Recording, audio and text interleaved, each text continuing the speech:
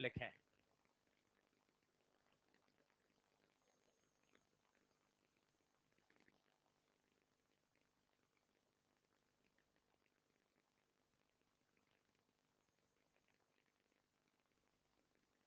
Induce electric field. चलो अब शांत हो जाओ, काफी सारा पढ़ाई कर लेने। Induce electric field.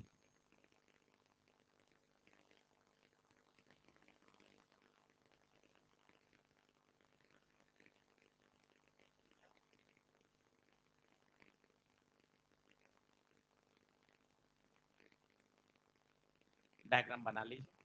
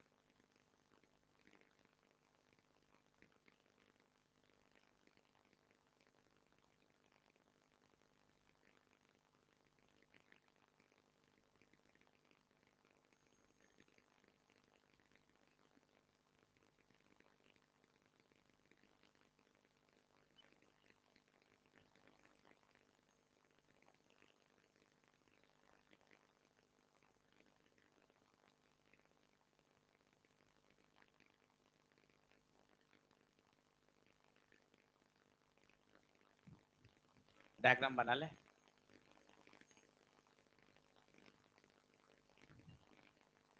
आज 3 टॉपिक के बारे में चर्चा करनी है। इंड्यूस इलेक्ट्रिक फील्ड, ट्रांसफार्मर और समय बचेगा तो एसी जनरेटर।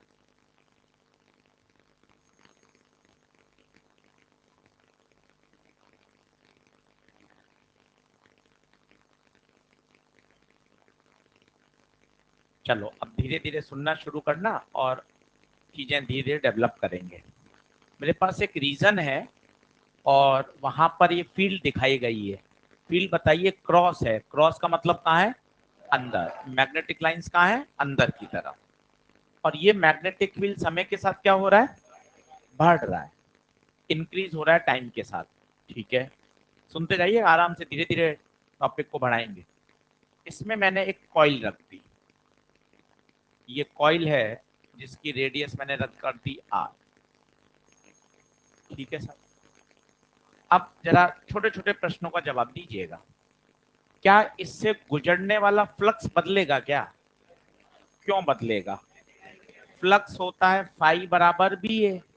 मैग्नेटिक फील्ड बढ़ रहा है तो फ्लक्स भी बढ़ेगा, और बेहतर बोले फ्लक्स चेंज होगा। सोचिए अगर फ्लक्स चेंज होगा तो क्या फैराडे आ जाएंगे? बढ़ रहा है तो क्या करो? कम। कम मतलब उल्टा। क्रॉस का मतलब डॉट। डॉट, और डॉट पैदा करने के लिए करंट को एंटी क्लॉकवाइज होना पड़ेगा। बनाते जाइए। करंट एंटी क्लॉकवाइज क्यों आई? मैग्नेटिक फील्ड बढ़ रहा है। फ्लक्स फाई बराबर B A cos theta, flux भी बढ़ेगा। फ्लक्स बढ़ेगा तो लेंज कहेंगे इसका अपोज करो। अपोज करने के लिए अपोजिट डायरेक्शन में इंड्यूस करो। अपोजिट डायरेक्शन को मतलब क्रॉस का उल्टा डॉट, और डॉट के लिए करंट को क्या फ्लो होना पड़ेगा? Anti clockwise. आपको के सर इसमें तो कुछ भी नया नहीं है। बिल्कुल नया नहीं है साहब, ये सारी बातें आपने बढ़िया सुन रखी है खूब बार। अब लोगों ने और इसके अंदर चर्चा करी, बात करी कि भाई अपन ने कॉइल रखी, करंट आ रही है, भाई ये करंट अपने आप कैसे आ गई? जबकि हम तो बचपन से 9वीं 10वीं हमने पढ़ा है, बैटरी लगाते हैं तब करंट फ्लो होती है, बैटरी लगाते हैं तो इलेक्ट्रिक फील्ड आती है, इलेक्ट्रिक फील्ड इलेक्ट्रॉन पे फोर्स लगाती है, वो इलेक्ट्रॉन घूमते हैं, तभी तो जाके करंट फ्लो होती है। यहाँ भाइयों दूर दूर तक कोई बैटरी के दर्शन ही नहीं हो रहे। बैटरी है कहाँ? आपने तो कॉइल रखी, उसमें कैलकुलेटर लगा दिया और कॉइल में करंट फ्लो होने लग गई। तो लोगों ने इस पर चर्चा करी कि भैया करंट आ कहां से गई। आज ईएमआई का 8वां लेक्चर है, अपन बार बार कह रहे हैं फ्लक्स बढ़ेगा, कम करो कम करो, उल्टी करंट फ्लो करा दो। अरे उल्टी करंट फ्लो करा दो, करंट कैसे फ्लो कर गई? कोई तुमने बैटरी लगाई नहीं, कहीं चित्र में बैटरी के दर्शन हो रहे हैं क्या? जबकि 9वीं 10वीं की विज्ञान तो ये कहती है सर्किट में पहले एक सुंदर सी बैटरी लगाएंगे, की को बंद करेंगे, बैटरी क्या फ्लो कराएगी सर्किट में? करंट। यहाँ तो बैटरी कहीं है ही नहीं, मतलब कुछ तो इसके अंदर पंगा है। अब और दूसरी बातें सुनते हैं। पहला बिंदु, क्या करंट दिखाई दे रही है? यस, करंट फ्लो हो रही है। करंट फ्लो हो रही है तो इलेक्ट्रॉन भी फ्लो हो रहे होंगे। अगर इलेक्ट्रॉन फ्लो हो रहे हैं तो इलेक्ट्रॉन पे बल लग रहा होगा। इलेक्ट्रॉन पे बल होता है F बराबर QE।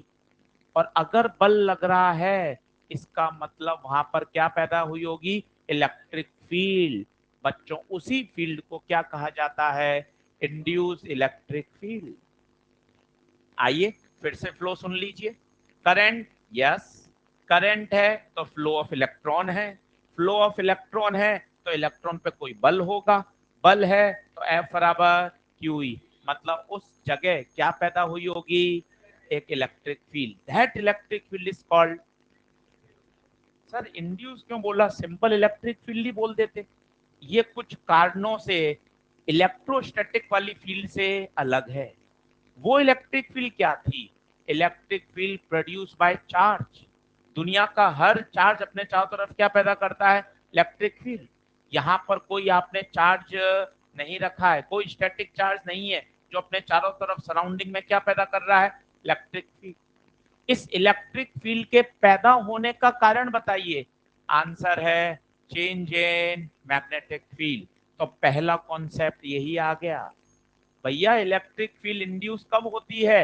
whenever whenever there is change in magnetic field in a given region, in a given region, so there will be induced electric field। लिखना शुरू करिए। Electric field is induce. अब बातें आती हैं सर इसका क्या पैटर्न होता है, किस तरह से ये काम करती है। अब मुझे वो आपको सिखाना है। मजे की बात है, सोचिए अगर करंट ऐसे घूम रही है तो इलेक्ट्रॉन इसके फ्लो के अपोजिट घूम रहे होंगे। और स्वाभाविक है इलेक्ट्रॉन पे क्या लग रहा होगा? बल लग रहा होगा, फोर्स लग रहा होगा। तो सिमेट्री से कहा गया कि जो इलेक्ट्रिक फील्ड होती है वो बिल्कुल टेंजेंशियल डायरेक्शन में होती है। ये देखिए, और डायरेक्शन ऑफ इलेक्ट्रिक फील्ड बिल्कुल करंट को ही फॉलो करती है। किसको फॉलो करती है? करंट। करंट कैसी? Anti clockwise. इलेक्ट्रिक फील्ड भी। सर ये कैसे, थोड़ा समझा दो, आप खुद मजे से समझो। अगर इलेक्ट्रिक फील्ड पीछे है, बताइए इलेक्ट्रॉन पे बल आगे, इलेक्ट्रॉन आगे तो करंट, देख लो करंट कह रो पीछे है। वापस दो बार चेक करेंगे। हाँ जी, धीरे धीरे। इलेक्ट्रिक फील्ड की दिशा बताइए, नीचे। अगर यहाँ कोई इलेक्ट्रॉन होगा तो उस पर बल बताइए, ऊपर। इलेक्ट्रॉन का फ्लो ऊपर तो बताइए करंट का फ्लो। बिल्कुल सही है। एक बार और यहाँ देखिए, रिलैक्स करिए, छोटे छोटे प्रश्नों का जवाब। इलेक्ट्रिक फील्ड टेंजेंशियली आगे की तरफ, यस और नो। अगर यहाँ एक इलेक्ट्रॉन होगा तो उस पर बल पीछे, अगर इलेक्ट्रॉन पर पीछे बल है तो करंट। देख लीजिए करंट का हरे रंग का तीर का निशान कहाँ है? आगे। तो इतना कौन सोचेगा? पहला पॉइंट आ गया, जैसी करंट होगी वैसी ही इलेक्ट्रिक फील्ड की डायरेक्शन होगी। Is it okay? अगला बिंदु लिखिए छोटे छोटे। द डायरेक्शन ऑफ, रुकूंगे एक मिनट, पहले जूम आउट करूं। चलिए बराबर आइए। इलेक्ट्रिक फील्ड बना लीजिए, ये इलेक्ट्रिक फील्ड इंड्यूस है। बहुत सारे इसमें छोटे छोटे प्रश्न बनते हैं थ्योरेटिकल, तो सब बातों को नोट करेंगे। पहला बताइए इंड्यूस इलेक्ट्रिक फील्ड का जन्म कब होगा? whenever there is a change in magnetic field। बहुत सारे पॉइंट हैं इसमें काम के, इसलिए पहला कॉन्सेप्ट, जब जब मैग्नेटिक फील्ड में परिवर्तन होगा, उससे लिंक होने वाले फ्लक्स में चेंज होगा, तब तब क्या आएगा, इंड्यूस इलेक्ट्रिक फील्ड। लिखिए लाइन चेंज करके, the direction of induce electric field, direction of induce electric field is always in the direction of induced current, induced current। अगला पॉइंट, अगला पॉइंट लिखिए, induced electric lines of forces, induced electric lines of forces always form closed loop, always form closed loop। ये बहुत जबरदस्त point है, जबकि electric lines of forces close loop नहीं बनाती थी। ये इलेक्ट्रिक फील्ड नहीं है बच्चों, इंड्यूस इलेक्ट्रिक फील्ड है। देखिए ये हमेशा क्या बनाएगी, क्लोज लूप। यस, ये इंड्यूस इलेक्ट्रिक फील्ड, ये देखिए ये क्लोज लूप, ये देखिए कोने में बना लीजिएगा, induce electric lines of forces. अभी आधा घंटा सुनोगे ना तो बातें और बढ़िया डेवलप हो जाएंगी।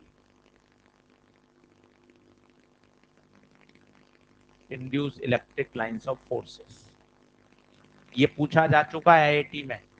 Electric lines of forces never form a close loop, जो चार्जेस से पैदा होती हैं। ये कौन सी है, इंड्यूस इलेक्ट्रिक फील्ड। इसका सोर्स बताइए, source change in magnetic field. जो आपने 22 लेक्चर में इलेक्ट्रोस्टैटिक पढ़ा था, वो इलेक्ट्रिक फील्ड थी produce by charges, static charges. जबकि ये क्यों पैदा हो रही है, due to change in magnetic field, always form closed loop। अगला पॉइंट लिखिए, डायग्राम बनाते जाइए।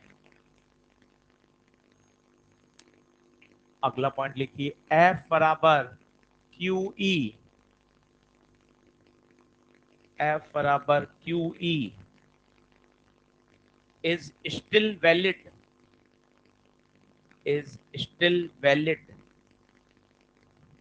in case of induced electric field। F बराबर QE is still valid in induced electric field। तो वहां भी फॉर्मूला लगता था F बराबर QE, यहां भी लगेगा F बराबर QE, दोनों में वैलिड है। अगला पॉइंट जबरदस्त है, वो देखिए, induced electric field is non-conservative in nature, is non-conservative in nature। ये जबरदस्त पॉइंट है साहब, नॉन कंजर्वेटिव होती है। नॉन कंजर्वेटिव का मतलब इसमें क्लोज लूप में वर्क डन जीरो नहीं होता। Therefore, therefore work done bye, work done bye, work done bye induced electric field, induced electric field in a closed loop, in a closed loop is always non zero. Non zero को underline कर लेना, work done zero नहीं होता। अब ये बातें तब समझ में आएंगी जब मैं आपको थोड़ा इलेक्ट्रोस्टैट्स फिर से रिवाइज कराता हूँ, तभी कंपैरिजन कर पाएंगे। कंपैरिजन में समझ में कब आएगा, जब पहली वाली बात भी याद आएगी, तभी तो समझ में आएगा। आइए कंपैरिजन करते हैं, बढ़िया आराम से समझना, जल्दबाजी मत करना लिखने की। ये आ गया साहब मैं इलेक्ट्रोस्टैटिक, चैप्टर नंबर 1। आराम से पहले समझ लीजिए, याद आ रहा हो तभी लिखना। यहाँ एक फॉर्मूला होता था, आपने याद किया हो, dv बराबर minus E dot D are. इसी को इंटीग्रेशन करते थे और लिखते थे माइनस ए से B E dot D R, और इसको लिखते थे V B minus V A. आपको याद आ रहा हो कुछ कुछ? अब ध्यान से देखिएगा, और कुछ याद आ रही हो बातें तो वर्क डन क्या था? वर्क डन आपको याद हो, work done by external agent Q delta V, V final minus V initial. सब इलेक्ट्रोस्टैटिक की बातें लिख रहा हूं, देखते जाइए। क्लियर है? अब मैं यहां चल रहा हूं क्लोज लूप में। किस में चल रहा हूं? Close loop. मतलब मैं बिंदु ए से चालू हुआ और वापस घूमकर ए पर आ गया। हमें पता है Coulombic force is an example of conservative force. Work done by conservative force in a close path is always, बहुत बढ़िया, वर्क डन कितना? 0। आप देखिए 0 क्यों होगा, वो यहां से भी फील आएगी। कहां से शुरू हुए थे? ए से, वापस कहां आ गए? ए पर। वी इनिशियल और वी फाइनल दोनों बराबर, देन वर्क डन। सोचिए अगर वर्क डन 0 है, इसको मैं क्यू से मल्टीप्लाई कर दूं तो वर्क डन, क्लोज लूप में लिख रहा हूं, ध्यान से देखना, वर्क डन होता क्या है? एफ डॉट डी आर या F dot D L. F dot D L force dot displacement, ये गोला क्या बना दिया? Close loop. फोर्स कितना होता है? Q E dot D L. और हम जानते हैं क्लोज लूप में वर्क डन 0, तो बताइएगा वर्क डन 0, इसका मतलब integration of E dot D L कितना? 0। क्यू तो 0 में भेज दीजिए। ये देखिए, कब? कब? जब चैप्टर कौन सा है? इलेक्ट्रोस्टैटिक। कौन सा पॉइंट नहीं क्लियर हुआ बता दीजिए। पहला, relation between potential and electric field, फिर इसी का इंटीग्रेशन करके ये आता, याद करिए। Work done by external agent Q delta we. Close loop में वर्क डन हमेशा, दो कारण है, मैकेनिक्स से समझना चाहते हो तो अगर कूलम्बिक फोर्स कंजर्वेटिव फोर्स है तो कंजर्वेटिव फोर्सेस में हमेशा क्लोज लूप में वर्क डन। यहां से समझना चाहते हैं, बिंदु ए से यात्रा शुरू करी, वापस कहां गए, तो इनिशियल और फाइनल पॉइंट सेम है, वर्क डन 0। वर्क डन क्या होता है? Force dot displacement. एफ को खोल दिया, क्यू ई। मेरे हिसाब से सारे बिंदु क्लियर है। अब आता हूं मैं किसमें? Induce electric field. Induce electric field बोले तो कौन सा चैप्टर? ईएमआई। बोलो हाँ है। इसका कॉस बताइए, कॉस। कॉस बताइए, change in magnetic field. Change in magnetic field. दूसरा पॉइंट बताइए, ये हमेशा कैसी बनाती है? Close circular loop. Close circular loop. इसमें क्लोज पाथ में वर्क डन 0 नहीं होता। वर्क डन 0 नहीं होता क्योंकि ये कैसी फील्ड है? Non conservative in nature. अगर वर्क डन 0 नहीं है तो कुछ तो होगा, कैसे निकालेंगे वो भी एक बार एम्स में आया हुआ है। एक क्यू चार्ज है और ये पूरा चक्कर लगा रहा है, ये क्यू चार्ज पूरा चक्कर लगा रहा है। इंड्यूस इलेक्ट्रिक फील्ड का वर्क डन बताइए। आराम से देखना, थोड़ा सा कठिन होगा। वर्क डन बोलिए, integration of E dot D, या ये नहीं लिखिए, सिंपल मैकेनिक से चलिए, एफ डॉट डी एल बोलिए, हाँ है। एफ की जगह बोलिए क्यू ई, ई मत बोलिए, ई इंड्यूस, क्या बोलिए? Induce dot D L. Q बाहर लीजिए, ध्यान से सुनिए। ई कैसा लग रहा है? टेंजेंशियल। ई कैसा लग रहा है? ई कैसा लग रहा है? और अगर टेंजेंशियल है तो यहाँ डीएल होगा तो ई ऐसा होगा, यहाँ डीएल होगा तो ई ऐसा होगा, यहाँ डीएल होगा तो ई ऐसा होगा। तो ई और डीएल में angle 0। Dl dl dl dl dl dl का integration 2 pi r, 2 pi are, तो ई बाहर आ गया और डीएल का इंटीग्रेशन 2 पाई आर। बताइए 0 है या कुछ वर्क है? कुछ वर्क है। थोड़ा इसको कंपेयर कराता हूं तो आपको मजा आ जाएगा। मैं आपको कह रहा हूं वर्क डन बाय फ्रिक्शन बताना है और एक पार्टिकल, थोड़ी सी बातें बढ़िया है, सोचते हैं तभी आएगा, जबरदस्ती यहां मत भरिएगा। एक गोल सर्कुलर लूप है और एक ब्लॉक को रगड़ते हुए ऐसे ले जाना है। अभी परवेज सर भी आएंगे जब उसमें बताएंगे work done by friction force में। अब फ्रिक्शन फोर्स के द्वारा वर्क डन निकालना है। इमेजिन कर पा रहे हैं, जैसे ये कमरा तो है रेक्टेंगुलर, मैंने कैसे बना दिया सर्कुलर, अब ब्लॉक को घिसते घिसते घिसते कहां ले जा रहा हूं, गोल चक्कर पे। नवीं 10वीं का एक अच्छा बच्चा इसका आंसर 0 देता है। पूछे 0 क्यों देता है, वो सोचता है एक पूरा चक्कर हो गया, डिस्प्लेसमेंट 0, डिस्प्लेसमेंट 0 तो वर्क डन भी नहीं होगा। पहली बात तो कारण लॉजिकल गलती, एफ डॉट एस तभी लगता है जब फोर्स कांस्टेंट होता है in magnitude as well as in direction. तो अगर आप इससे सोच रहे हो तो गलत है, क्योंकि एफ डॉट एस लगेगा ही तब जब फोर्स कांस्टेंट होगा। कांस्टेंट कहाँ है, यहाँ फ्रिक्शन इधर जा रहा है तो फ्रिक्शन कहाँ लगेगा, पीछे। यहाँ आ रहा है तो फ्रिक्शन इधर, यहाँ आ रहा है तो फ्रिक्शन पीछे। बताइए क्या डायरेक्शन वही है या बदल रही है, बदल रही है। और छोटे छोटे कॉन्सेप्ट पे काम करो। नवीं 10वीं के बढ़िया अच्छे बच्चे सेलेक्टेड ओलंपियाड और बढ़िया, वो कहते हैं सर 0 होगा। क्यों, उनके दिमाग में क्या चल रहा है, वर्क होता है फोर्स डॉट डिस्प्लेसमेंट, सही है। दूसरा सर एक पूरा चक्कर हो गया तो डिस्प्लेसमेंट 0, सही है। सर डिस्प्लेसमेंट 0 तो वर्क डन भी, यहाँ गड़बड़ हो गया, क्योंकि एफ डॉट एस लग ही नहीं सकता। एफ डॉट एस केवल तभी लगेगा जब फोर्स कांस्टेंट हो in magnitude as well as in direction. क्या ये बात ओके है? तो फिर आशीष सर इसमें वर्क डन आएगा क्या, बिल्कुल आएगा। कैसे आएगा बताइए, वर्क डन वही तरीका, integration of F dot D S, F F नहीं फ्रिक्शन एफ के डी एस। क्या कॉस 180 लगाऊं क्या, क्यों सर 180 क्यों, बताना अच्छे से बता। डीएल कहाँ आगे पर फ्रिक्शन, देख ले 180, रटा रटाया नहीं है, यहाँ देख 0 डिग्री है, क्योंकि देख क्यू आगे घूम रहा है इलेक्ट्रिक फील्ड के साथ और डिस्प्लेसमेंट भी आगे की तरफ है 0, जबकि यहाँ काइनेटिक फ्रिक्शन पीछे है, ब्लॉक कहाँ जा रहा है, दोनों विपरीत दिशा में। बातें दो कंपेयर करते हैं तभी समझ में आती है। 180 एफ के बाहर आ गया, DS cos 180 -1, ds ds ds ds ds 2 pi r 2 pi.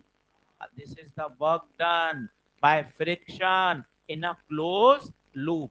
2 बार परीक्षा में आया हुआ है, 0 नहीं होगा उत्तर। आप कुछ वर्क डन करते हो, वो वर्क डन खर्च होता है भाई, फ्रिक्शन के अगेंस्ट किया गया वर्क डन कभी वापस से रिकवर नहीं होता। अब देखना ये बात यहां पड़ी ना, अब आपको वहां बढ़िया फील आएगी।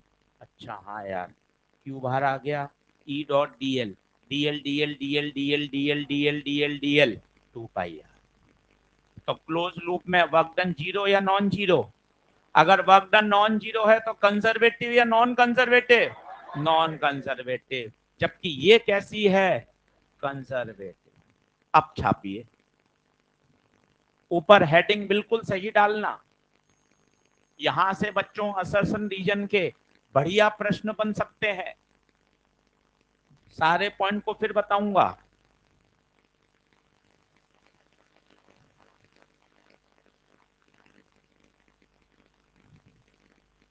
एक बार लिखो फिर धीरे धीरे वापस से समझाऊंगा।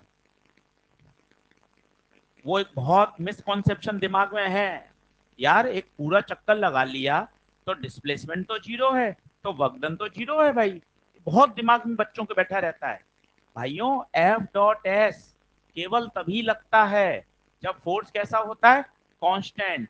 और कांस्टेंट के दो मतलब होते हैं, constant in magnitude, constant in direction. बहुत छोटी छोटी बातों पे काम करना है।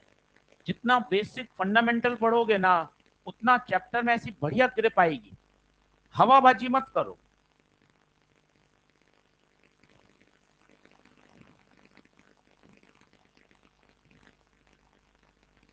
इधर वाली इलेक्ट्रिक फील्ड इलेक्ट्रोस्टैटिक फील्ड है, प्रोड्यूस बाय अ चार्ज।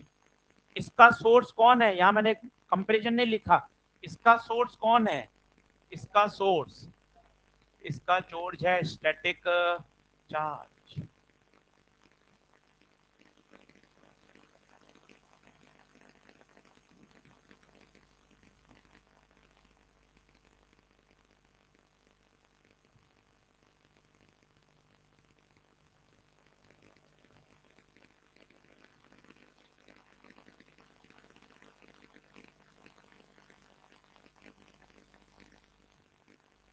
मिटाऊं क्या?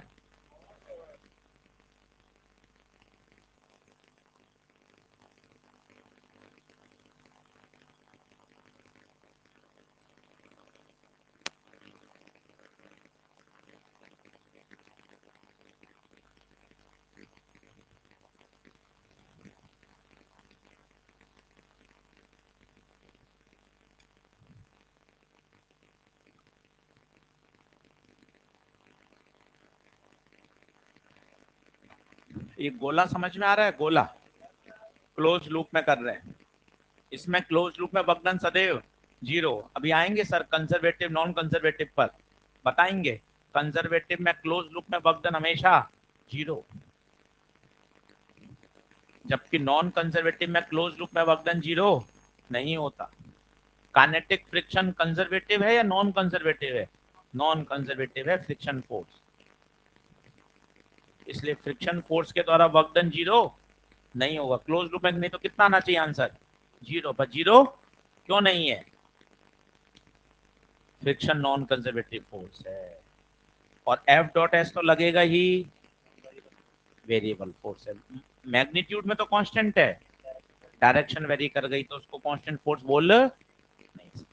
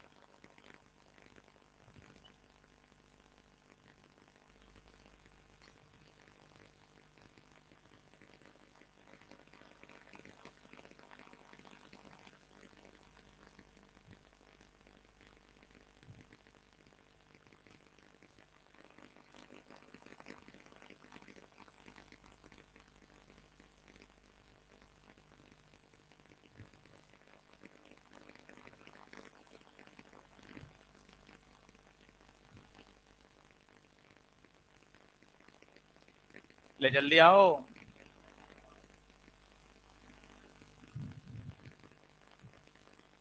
लिख लिया, एक बार कंपेयर कर लो। लेफ्ट हैंड साइड वाली टेबल सब पड़ी हुई है, फॉर्मूले याद आने चाहिए। लेफ्ट हैंड वाली इलेक्ट्रिक फील्ड कंजर्वेटिव है, क्लोज पाथ में कंजर्वेटिव के द्वारा वर्क डन जीरो होगा, जबकि right hand side induce electric field है, वो नॉन कंजर्वेटिव इन नेचर है। उसका पैदा होने का कारण चेंज इन मैग्नेटिक फील्ड, वहां क्लोज पाथ में वर्क डन जीरो नहीं होगा। नेक्स्ट कर रहा हूं भाई स्लाइड, लास्ट 1 मिनट फटाफट लिख लो।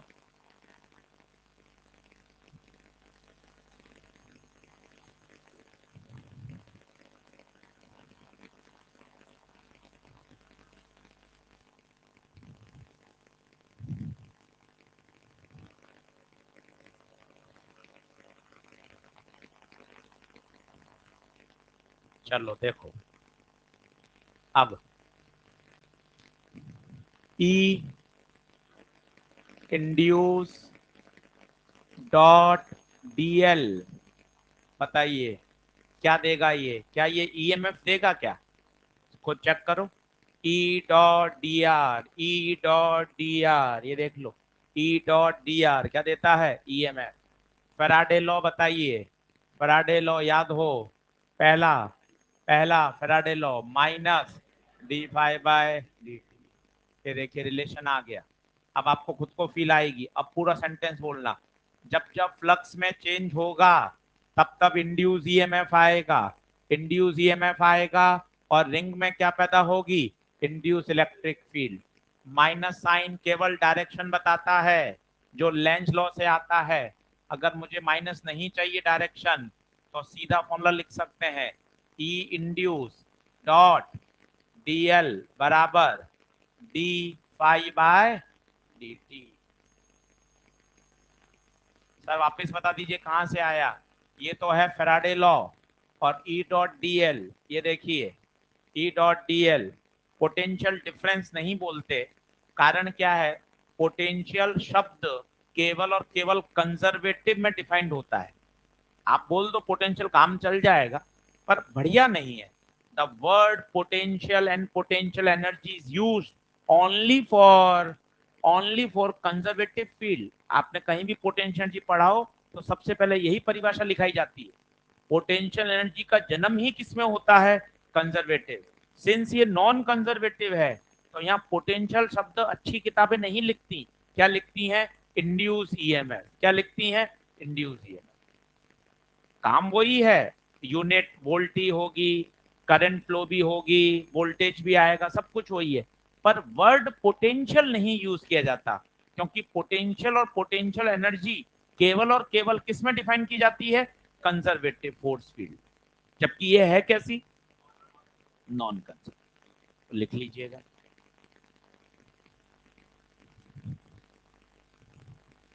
अब इससे दो तीन केस कर लेते हैं जो पूछे जाते हैं पेपर में। ये थोड़ा ध्यान से पढ़िए, ये अनटच टॉपिक है, कम पढ़ते हैं बच्चे इंड्यूस इलेक्ट्रिक फील्ड। और यहाँ से सवाल आ जाएगा और पढ़ा हुआ होगा तो मजे आ जाएंगे। कम पढ़ाया जाता है इंड्यूस इलेक्ट्रिक फील्ड, इस पर थोड़ा अच्छे से फोकस करिए। यहाँ असर्शन रीजन बन सकता है, थ्योरेटिकल प्रश्न बन सकता है, न्यूमेरिकल तो भी कराऊंगा ही 3-4।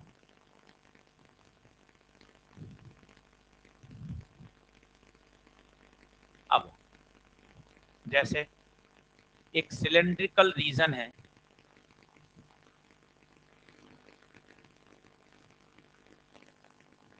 ठीक है साहब, ये सिलेंड्रिकल रीजन है।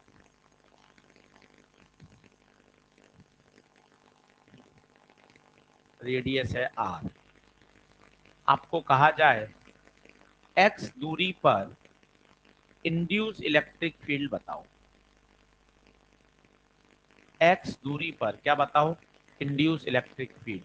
और जो बी है वो फंक्शन ऑफ टाइम है, और बी लगातार क्या हो रहा है, बढ़ रहा है। अब पेन पेंसिल छोड़िए, सवाल कठिन है, पहले इमेजिनेशन बनाइए। 2 से 3 बार करा हुआ होगा तभी परीक्षा में चमकेगा। तो फोकस करिए, नींद छोड़िए, बोर्ड पे देखिए। रीजन दिख रहा है आपको, क्रॉस का मतलब बोलो, मैग्नेटिक फील्ड अंदर, बहुत धीरे धीरे प्यार से।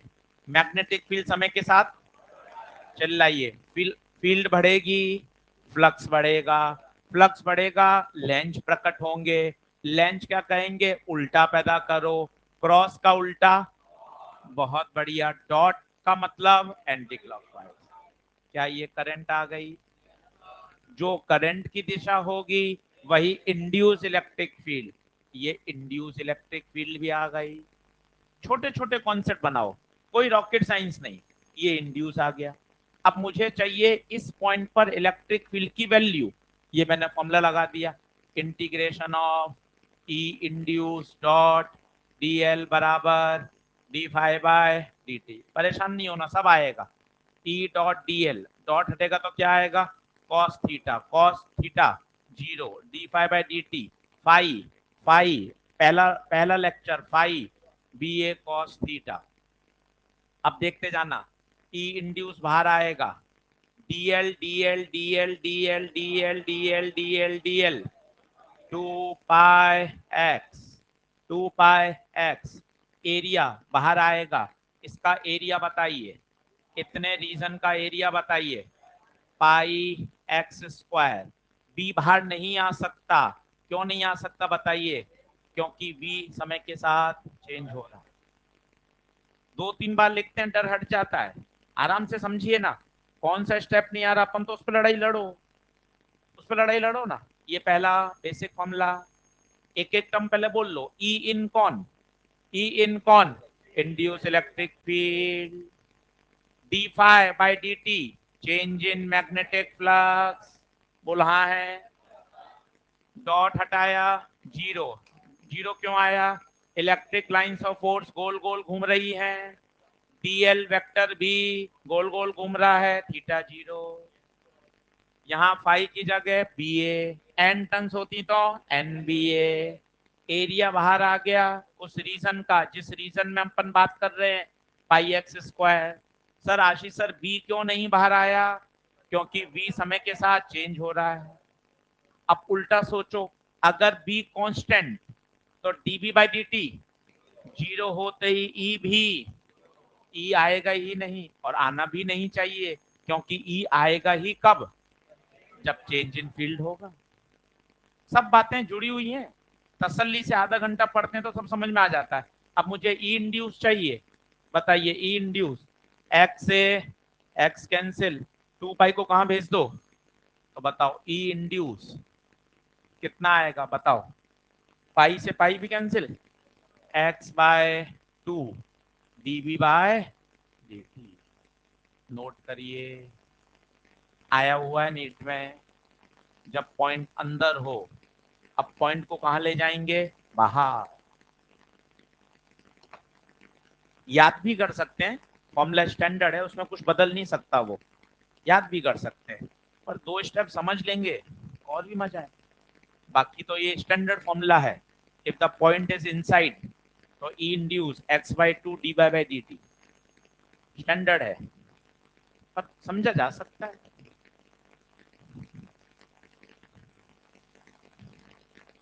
एक बार और समझाऊंगा अभी, फिर आप अगला केस खुद करना। ये तो बिंदु कहाँ था? अंदर। अब बिंदु सिलेंड्रिकल रीजन के कहा जाएगा? बाहर। मजे आएंगे देखना उसमें और।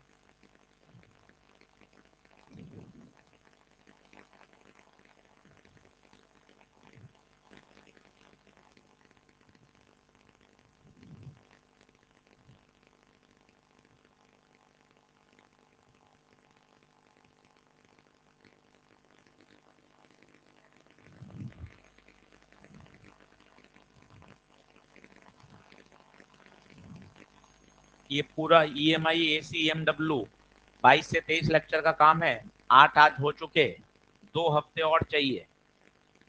2 हफ्ते, 12 से 14 लेक्चर चाहिए। अगले शनिवार तक तो एकदम स्थिति काबू में आ जाएगी ई एम आई ए सी एम डब्ल्यू की। एग्जैक्ट जो लेक्चर अलॉटेड हैं उतने में पूरा कर लेंगे। बस होमवर्क कर लीजिएगा ध्यान से।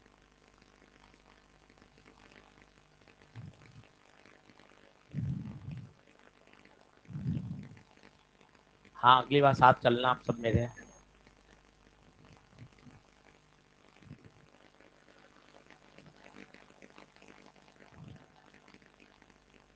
आप लोगों के लिए मिलने गया था बेंगलोर। बेंगलोर अपना अनअकैडमी का हेड ऑफिस बेंगलोर ही है। तो बच्चे कैसे पढ़ाई कर रहे हैं, पढ़ भी रहे हैं कि नहीं पढ़ रहे हैं, आपकी सारी दिन भर करते क्या है ये।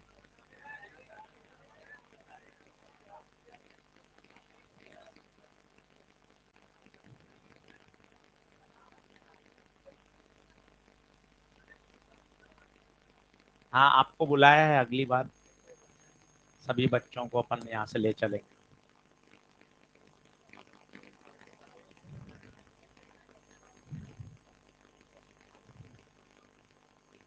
बढ़े आगे।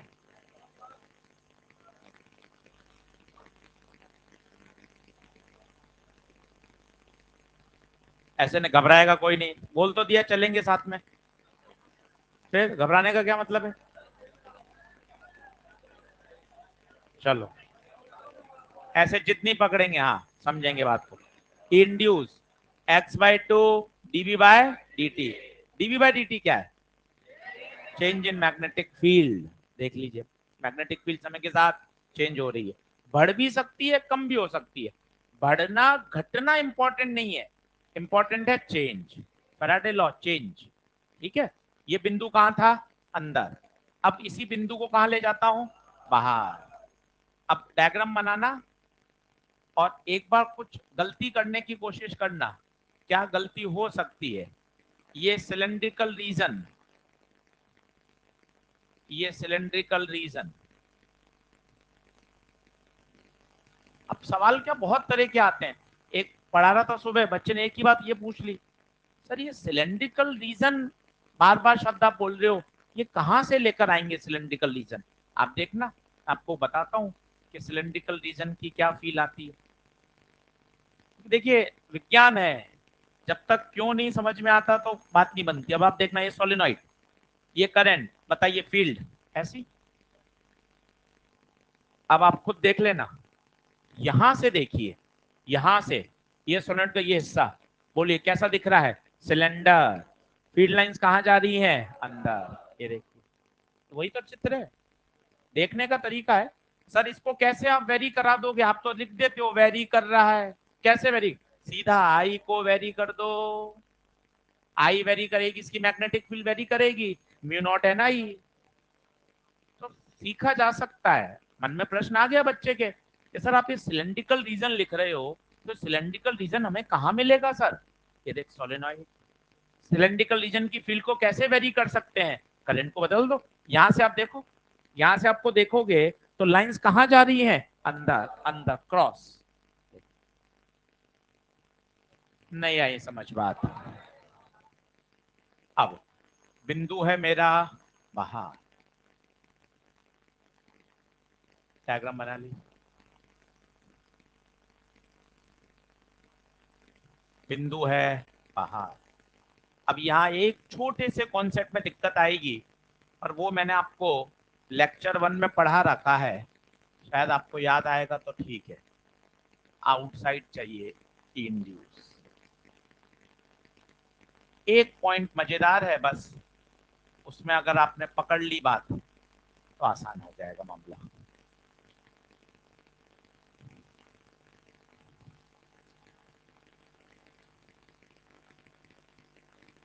बिल्कुल आड़े कट मत रटो, समझ के फिर रिजल्ट्स को ध्यान रखोगे, वो ज्यादा काम का है।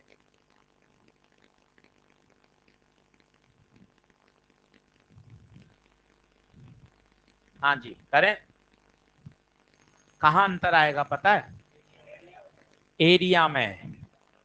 आप सोचो, एक सवाल याद आ रहा हो, एक डिस्क लगा दी थी इतनी बड़ी, तो एरिया कहां तक काम में लिया था, जहां तक फील्ड है, एरिया यहीं तक तो आएगा, यहां तक तो लाइन ही नहीं है। इस वाले स्टेप में बी अंदर ए पाई आर स्क्वायर, क्योंकि इसमें बताओ एरिया किसका लेते थे, सोलिनॉइड का या डिस्क का, क्योंकि इसका तो एरिया आ ही नहीं सकता, तो एरिया यहां तक आएगा ही नहीं, एरिया केवल आर तक आएगा। 2 मिनट देख लो, जल्दबाजी मत करो, इसमें एरिया इस तक का आएगा क्योंकि इसमें चेंज हो रहा है, उसमें कॉइल बाहर है भाई, तो एरिया तो केवल आर रेडियस तक ही चेंज हो रहा है, उसके बाहर तो मैग्नेटिक फील्ड ही नहीं है। नहीं आ रही बात समझ, बस यही इंपॉर्टेंट है, बाकी कुछ भी नहीं है। एक बार मैं करता हूं, आप भी एक बार देख लीजिए कि सर मेरी बात समझ में आ रही है क्या।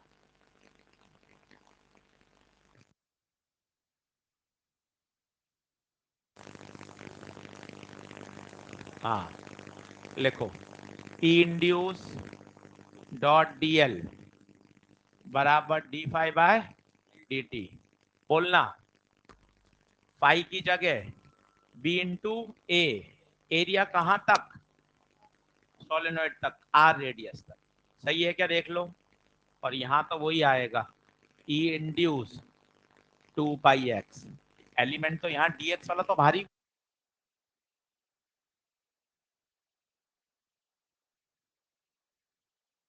पाई से पाई कटेगा, ई इंड्यूस आर बाई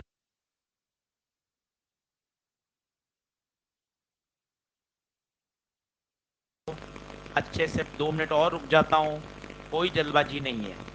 बस ये एरिया पाई एक्स स्क्वायर नहीं होगा, पाई आर स्क्वायर होगा। एक प्रश्न पहले भी कराया था, अगर डिस्क बड़ी थी तो एरिया केवल सोलेनोइड का ले रहे थे, एरिया केवल सिलेंडर रीजन तक ही आएगा, क्योंकि उसके बाहर तो चुंबकीय क्षेत्र ही नहीं है। सब कॉन्सेप्ट जो पढ़े हुए ना भाई, वो अब सब जुड़ेंगे। अब कुछ बहुत बड़ा रॉकेट साइंस नहीं है। इलेक्ट्रोडायनेमिक्स में अब 2 ही चैप्टर बचे हैं, करंट, कैपेसिटर। अब ईएमआई, एसी, ईएमडब्ल्यू तो बहुत आसान बचे हैं, सब जुड़े हुए हैं। एसी तो सबसे आसान है, ईएमडब्ल्यू की तो बात ही नहीं करोगे, सुबह आओगे और घर जा रहे होगे, ईएमडब्ल्यू हो गया। उस दिन जिस दिन ईएमडब्ल्यू का, उस दिन 2 लेक्चर ले लेंगे, ताकि आना और घर जाना इतने में तो ईएमडब्ल्यू हो गया। 2 दिन पढ़ने में तो दूसरे लोग हंसने लग जाएंगे, 2 दिन पढ़ लिया ईएमडब्ल्यू, छोटा चैप्टर है। तो इस तरह से सेट करेंगे, ईएमडब्ल्यू वाले दिन अपन को 2 लेक्चर मिल जाए। क्योंकि ईएमडब्ल्यू में क्या, डेट नहीं बदलनी चाहिए, जिस डेट पे शुरू होता है उसी डेट पे खत्म होता है। आपने अगर डेट बदल दी तो चैप्टर गड़बड़ हो जाएगा। ये उसके साथ एक स्पेशल बात है। हाँ,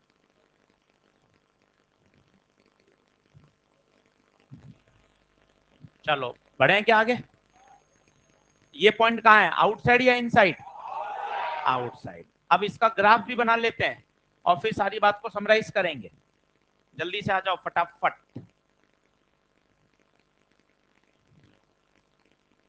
चलो जल्दी से बोलो इनसाइड का फॉर्मूला। पन्ने पलटो, इनसाइड का फॉर्मूला बताओ।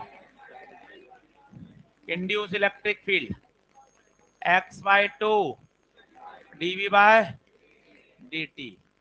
आउटसाइड का बताओ, ई आउटसाइड है इंड्यूस फील्ड, ई इंड्यूस आउटसाइड बोलो, r² / 2x dv/, ध्यान से देखना, इनसाइड तो x के डायरेक्टली प्रोपोर्शनल है और आउटसाइड x के इनवर्सली।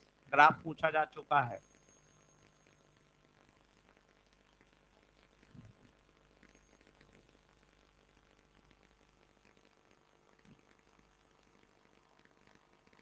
याद करिए, बिल्कुल याद करना चाहिए, पर समझदारी के साथ याद करने में ही समझदारी है। आप आड़े कट रट लोगे तो दिक्कत है। ध्यान रहना है, छोटे छोटे रिजल्ट है, नीट ऑब्जेक्टिव परीक्षा है, पर डेरिवेशन के साथ, सिचुएशन समझकर, उस पर क्वेश्चन की प्रैक्टिस करके, ग्राफ बनाकर फिर आप उसको याद करेंगे तो बढ़िया रहता है।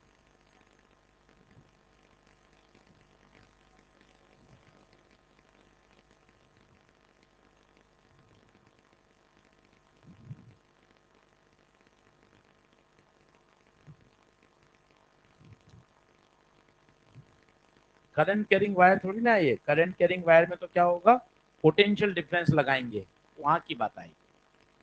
ये करंट कैरिंग वायर नहीं है।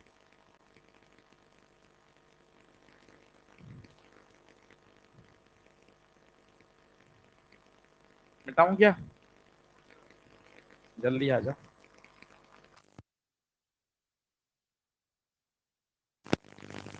हम्म, तेज बोलिए। नहीं तो एरिया किसका बदलेंगे, ये तो एक सिलेंड्रिकल रीजन है। हाँ हाँ, वो तो जब भी फ्लक्स में चेंज आएगा तब तब इंड्यूस इलेक्ट्रिक फील्ड आएगी, और फ्लक्स में चेंज के बहुत सारे कारण है।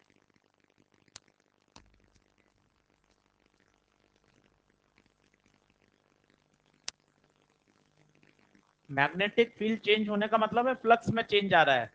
फ्लक्स में चेंज तो आप किसी भी तरीके से लाओ, सब में इंड्यूस इलेक्ट्रिक फील्ड आएगी, सभी में आएगी। सही।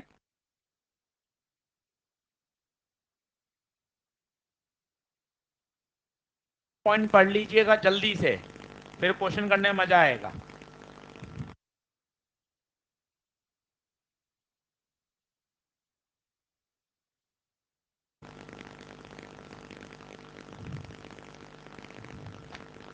अच्छा, इसने भी लिखे हुए हैं, बढ़िया है। देखो भाई, एक बार पढ़ लो सब, छपा हुआ फोटोग्राफिक देख लोगे, ज्यादा याद होगा। पढ़ लो एक बार सब, फिर पूछूंगा सारे पॉइंट, लिखने नहीं है, सब लिखवा दिए, आप तो पढ़ लो। When magnetic field changes with time in a region, बिल्कुल सही बात है, जब जब मैग्नेटिक फील्ड में चेंज होगा, then electric field induce within and outside, this is called induced electric field। बोलिए पहला पॉइंट ओके है। दूसरा, this field is different from conservative electrostatic field produced by, ये डिफरेंट है, वो कैसी होती थी कंजर्वेटिव, ये कैसी है इलेक्ट्रोस्टैटिक में वो पैदा होती थी, उसका कारण था स्टेशनरी चार्ज। अगला, induce electric field lines are always in, बिल्कुल सही है। F बराबर Q इज स्टिल वैलिड, बिल्कुल सही है।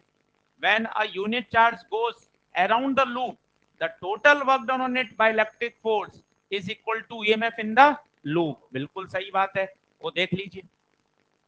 अभी अपन ने किया था work done, work done integration of क्या था, E इंड्यूस डॉट dl, और यही तो वर्क डन क्या था याद करिए, Q इंटू वी, Q है 1, तो ये किसके बराबर हो गया, EMF के बराबर। चार्ज कितना है बताइए, यूनिट, चार्ज कितना है यूनिट। अगला देखिए, direction of induce electric field is same as that of, ये लिख लिया था कि पॉइंट देख लो, induce electric field is non conservative, देख लीजिए अच्छे से, येलो से उसने डार्क कर रखे हैं ताकि आप आकर्षण ध्यान कर सको। Induce electric fields are always close curve, are always non conservative in, and F बराबर Q इज स्टिल वैलिड। क्या सारे पॉइंट ओके हैं क्या, देख लो, बढ़ूं क्या आगे,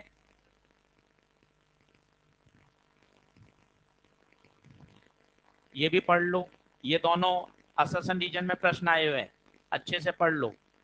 the electric field produced by stationary charge is called electrostatic field, and for such a field, अभी derive कराया था, E डॉट dl बराबर 0, लेफ्ट हैंड साइड में देख लो, which show that electrostatic field is, देख लो, ये इलेक्ट्रोस्टैटिक चैप्टर है ऊपर वाला, नीचे वाला पढ़ो अच्छे से।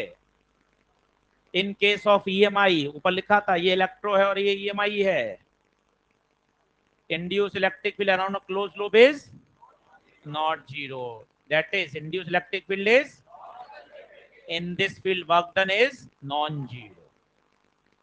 सारे पॉइंट में ऑलरेडी लिखा चुका हूं, देख लो आप, इन सब पे प्रश्न बनता है इसलिए सारे पॉइंट जरूरी है। ऊपर वाला zero zero conservative chapter number 1 है, नीचे वाला पॉइंट EMI है, ऊपर वाली फील्ड इलेक्ट्रोस्टैटिक फील्ड है, नीचे वाली इंड्यूस इलेक्ट्रिक फील्ड है, उसका कारण स्टेशनरी चार्ज है, इसका कारण चेंज इन मैग्नेटिक फील्ड है। बोलो क्लियर है क्या सारी बातें। पहला प्रश्न लिखिए,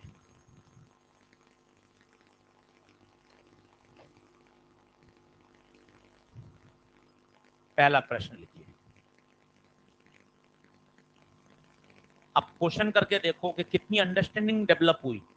50 मिनट आपने सब नोट्स बना लिए, पढ़ लिया, सब में हाँ मिला दी, अब अंडरस्टैंडिंग को चेक करो, क्या जो मैंने समझा है अब उसको मैं कितना अप्लाई कर पा रहा हूँ। 3-4 क्वेश्चन करके देखो।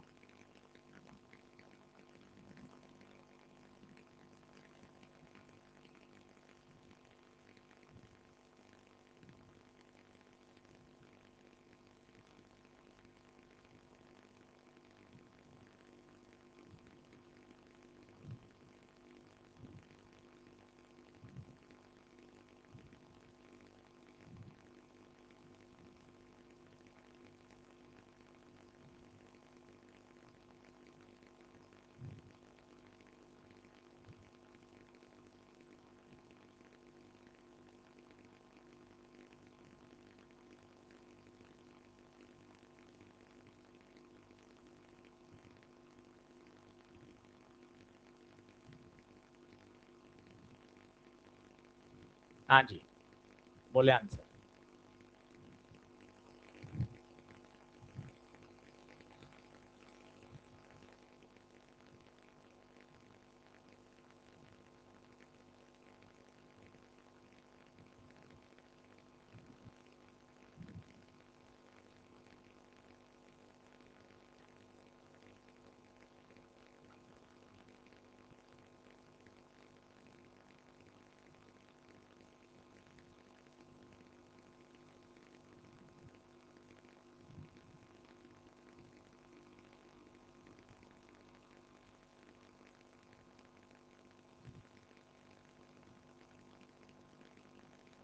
आया क्या? या तो आंसर रटा हुआ हो तो ठीक है, आंसर नहीं, आंसर बोले तो फॉर्मूला रटा हुआ तो अच्छी बात है, नहीं है तो तरीका है। बहुत बढ़िया तरह से सब्जेक्ट को लो, बहुत अच्छा कर लोगे, कहीं दिक्कत नहीं आती। ये देखो ये फॉर्मूला आराम से लगा दो, E induce d L D L D L D L D l का इंटीग्रेशन 2 पाई आर, पाई की जगह लिखेंगे बी इंटू ए, एरिया कहाँ जाएगा बाहर, अंदर D V by D T, E induce 2 pi R, area बताइए पाई आर स्क्वायर, पाई से पाई, आर से आर, तो E induce R/2 dV by dt, वही आ गया। एट सरफेस लिखाओगे तो x की जगह r लिख दो, वही आ गया आंसर। r बताओ कितना, 2 सेंटीमीटर, तो 2 × 10⁻², नीचे 2 dV बाय dt, ये dV बाय dt है भाइयों, यूनिट देख लो, 2 टेस्ला/सेकेंड। बच्चों ये क्या है?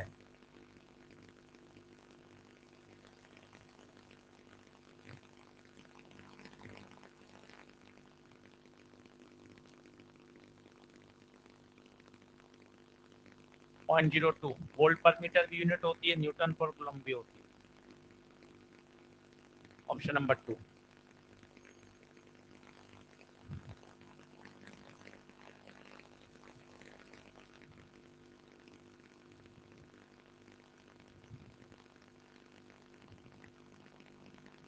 क्लियर है?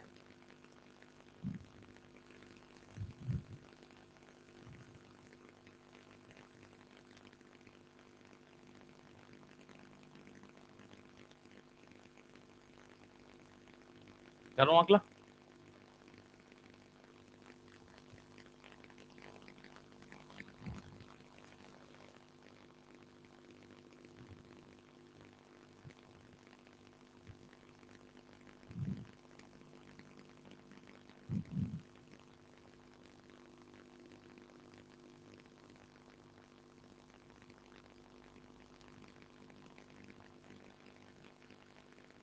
अब ज्यादातर बच्चे इसमें आंसर 0 टिक करे आते हैं, पर उत्तर 0 नहीं होगा। क्यों नहीं होगा? कारण बताइए।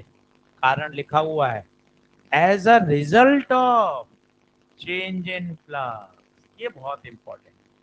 अगर चेंज इन फ्लक्स है तो बच्चों क्या पैदा होगी? इंड्यूस इलेक्ट्रिक फील्ड, और ये induce electric field non conservative है, इसलिए लूप में वर्क डन 0 नहीं होगा। काफी बच्चे इसका आंसर 0 टिक करके आए थे जब ये नीट में आया था कि लूप है, लूप है। भैया लूप है, बिल्कुल सही बात है, पर इस लूप में वर्क डन 0 नहीं होगा। अगर ये फील्ड इलेक्ट्रोस्टैटिक फील्ड होती चैप्टर नंबर 1, तब 0 होता। इसलिए प्रश्न हम का है, उत्तर 0 नहीं होगा। कारण बहुत बढ़िया लिखा है उसने, प्रश्न की शुरुआत कितनी बढ़िया करी है। प्रश्न करने से भी सब्जेक्ट समझ में आता है, ये फिजिक्स की कमाल है। आप प्रश्न पढ़िए, कितना अच्छा लिखा है, as a result of change in flux. ये आपको धक्का मार के बता रहा है कि चैप्टर ईएमआई है, ये EMI chapter change in flux, और फ्लक्स में चेंज होगा तो बिल्कुल इंड्यूस इलेक्ट्रिक फील्ड आएगी, ईएमएफ पैदा हो रहा है।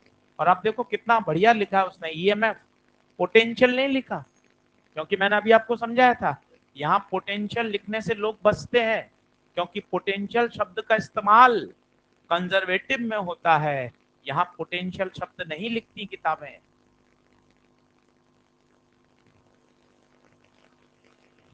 अब बताइए वर्कडन, वर्कडन वही वैसे वहां पढ़ते थे, याद करो।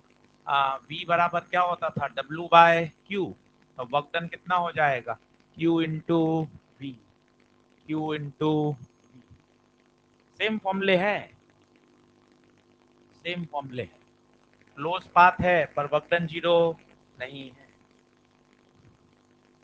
V का फॉर्मूला याद करिए, W/Q होता था, W बराबर Q इंटू वी। छोटा प्रश्न है, पर जल्दबाजी में 0 आंसर टिक किया जाता है, उससे हमें बचना है।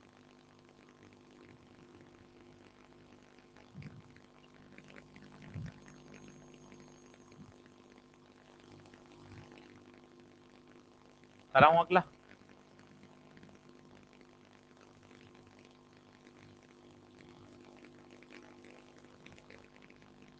ईएलपी मिल गई होंगी, शुरू कर दीजिए। आगे वाले क्वेश्चन आपको समझ में आ जाएंगे। वो रॉड के मोशन और रोटेशन वाले हैं, उनको छोड़ दीजिएगा 10 12 15 प्रश्नों को, उसके बाद पूरा कर सकते हैं। उसके आगे सेल्फ म्यूचुअल वो हमने सब पढ़ लिया है, आरएल सर्किट सब पढ़ लिया है। सिर्फ मोशन और रोटेशन छोड़ना है, वो कल से शुरू हो जाएगा। अगला प्रश्न है, सिर्फ पढ़ना है करना नहीं है, सिर्फ पढ़ना है, सिर्फ पढ़ना है। नीट में आया हुआ है। वो कह रहा है एक सिलेंड्रिकल रीजन है आर रेडियस का, बिंदु 1 कहाँ है बताइए, अंदर। तो आपसे पूछा गया है इनसाइड और आउटसाइड क्या बताइए, इंड्यूस इलेक्ट्रिक फील्ड बताइए, ईएमएफ जनरेटेड बताइए। पढ़ लीजिए और सोचिए।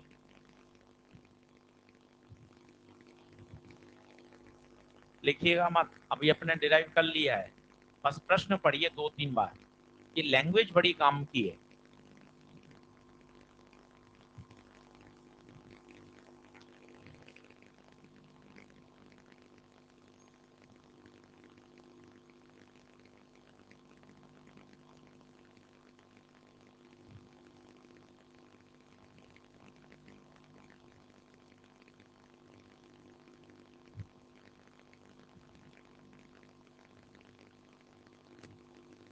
दो तीन बार पढ़ना, पेन हल्का सा चलाना पड़े तो चला लेना।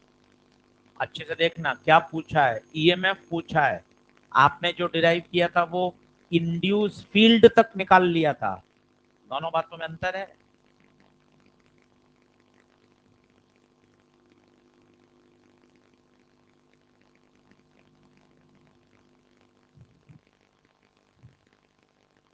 सोचना, अपने मॉड्यूल में भी ये प्रश्न पढ़कर सोच के आना। आगे कर रहा हूँ, क्वेश्चन मैंने आपको दिखा दिया है, मॉड्यूल में भी है, नीट 2016 में आया हुआ है। आज होमवर्क भी दूंगा। अगला प्रश्न लिखिए।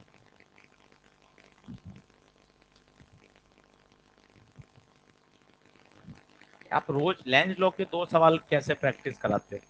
लेंज लॉ में डर है, वो रोज पढ़ोगे तभी हटता है।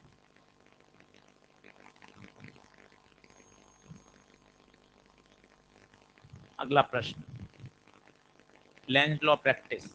एक सवाल लेंज लॉ पे, फिर टॉपिक को आगे बढ़ाऊंगा।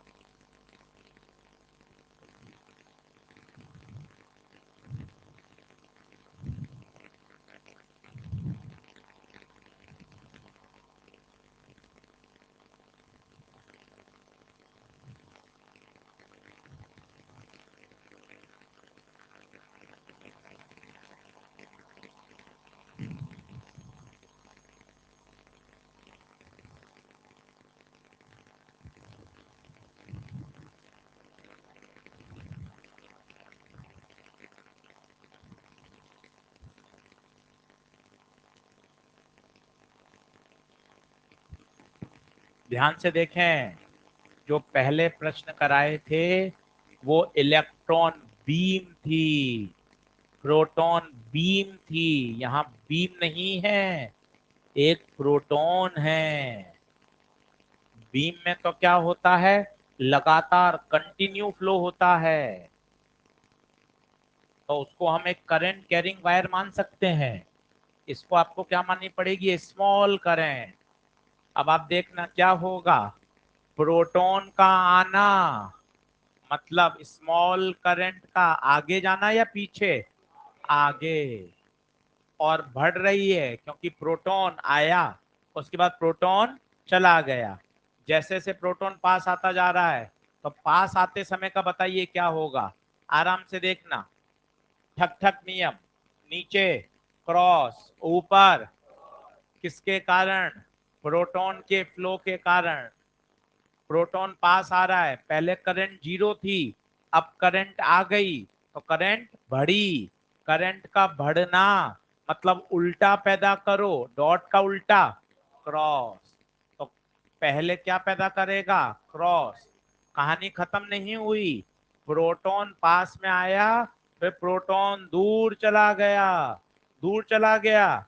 इसका मतलब जब प्रोटॉन गुजर गया आगे जाकर, करंट फिर से धीरे धीरे जीरो हो जाएगी।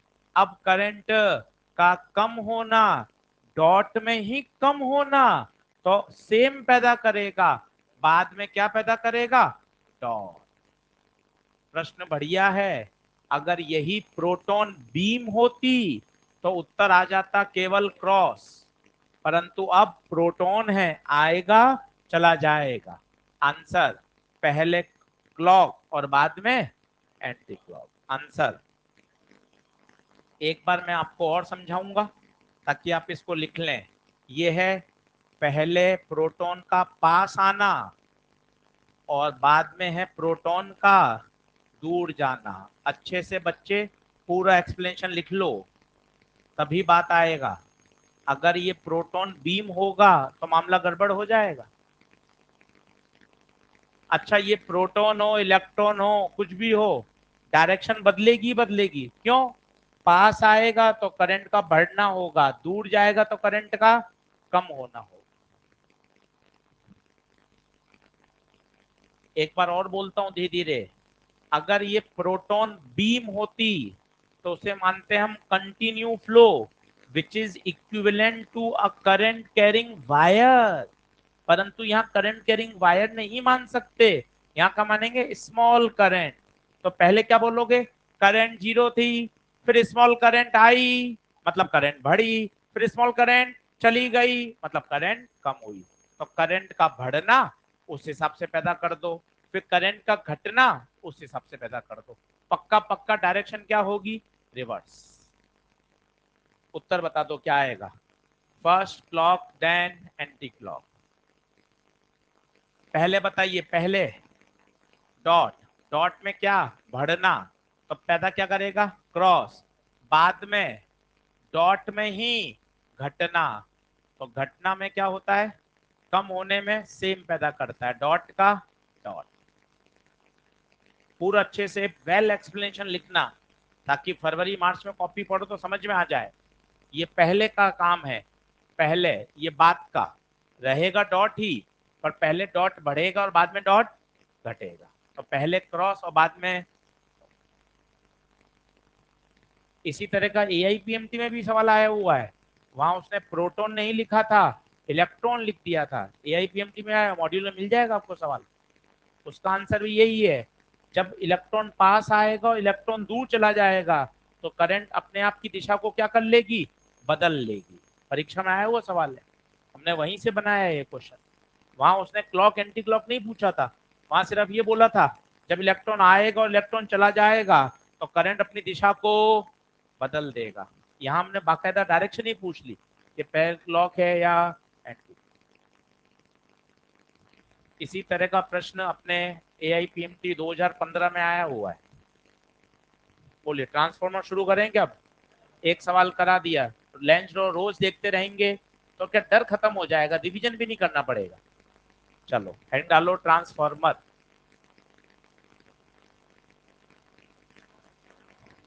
अच्छा, ये वही सवाल है जिसके अपन चर्चा कर रहे थे, ये वही है 2015। इलेक्ट्रॉन का आना, इलेक्ट्रॉन का आना। अब इसने क्लॉक एंटी क्लॉक नहीं पूछा। The current will reverse its direction as the electron goes.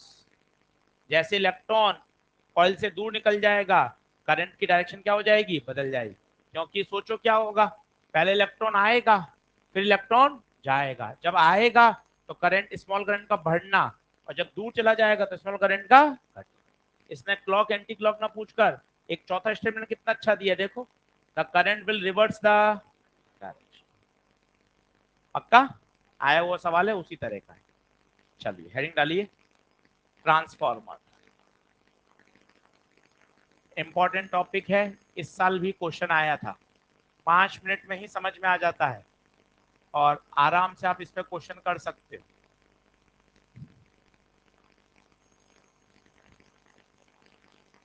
पहला पॉइंट, छोटा सवाल, ट्रांसफॉर्मर किस प्रिंसिपल पर आधारित है?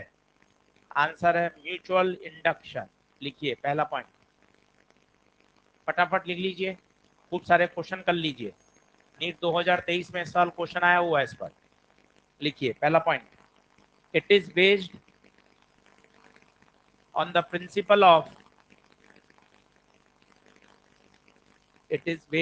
Principle of mutual induction.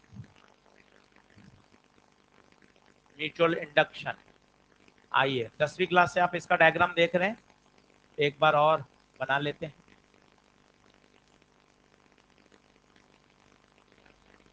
ऐसी सॉफ्ट आयरन कोर होती है, ये पतला पतला इसको इस तरह से लेमिनेट कर दिया जाता है। इसका कारण भी हमारे सिलेबस में है, पढ़ेंगे। बिल्कुल, एक बच्चा सही बोल रहा है, एडी करंट के लॉसेस को कम करना, बिल्कुल सही। देखिए यहाँ इसे बोलते हैं प्राइमरी वाइंडिंग, इधर वाले को सेकेंडरी वाइंडिंग। ये जो कोर होती है ये किसकी बनी होती है? Soft iron. दो कारण हैं इसके। पहला कारण है सॉफ्ट आयरन एक फेरोमैग्नेटिक सब्सटेंस है। फेरोमैग्नेटिक है तो क्या फायदा होगा? जो भी फ्लक्स इससे पैदा होगा वो सारा फ्लक्स किससे जुड़ेगा? सेकेंडरी से, क्योंकि लाइंस ऑफ फोर्स फेरोमैग्नेटिक है तो हाईली परमिएबल है। कैसा है? Highly permeable. म्यू आर की वैल्यू बहुत ज्यादा होती है, ये देखिए। तो जितना प्राइमरी पैदा कर रहा है ऑलमोस्ट से जोड़ रहा है सेकेंडरी से। यहां आप लगाते हैं एसी, एसी डायरेक्शन को लगातार, मैग्नीट्यूड भी लगातार। सोचो मैग्नीट्यूड बदलेगा तभी तो इससे पैदा होने वाली मैग्नेटिक फील्ड बदलेगी। फील्ड बदलेगी तो क्या बदलेगा? फ्लक्स बदलेगा। और फ्लक्स बदलेगा तो यहाँ सेकेंडरी में क्या पैदा होगा? ईएमएफ। E1 इसे बोलते हैं प्राइमरी।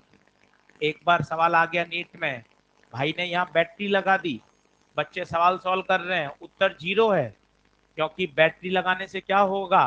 कांस्टेंट करंट हो जाएगी। कांस्टेंट करंट हो जाएगी तो फ्लक्स में चेंज ही, और फ्लक्स में चेंज ही नहीं होगा तो उत्तर 0 है। तो लिख लीजिएगा, it never work on DC. DC मतलब डायरेक्ट करंट, डायरेक्ट करंट मतलब बैटरी। आराम से सारी बातों को समझ लीजिए। ये सेकेंडरी, यहाँ एक रेजिस्टेंस लगाते हैं, उसे बोलते हैं लोड रेजिस्टेंस।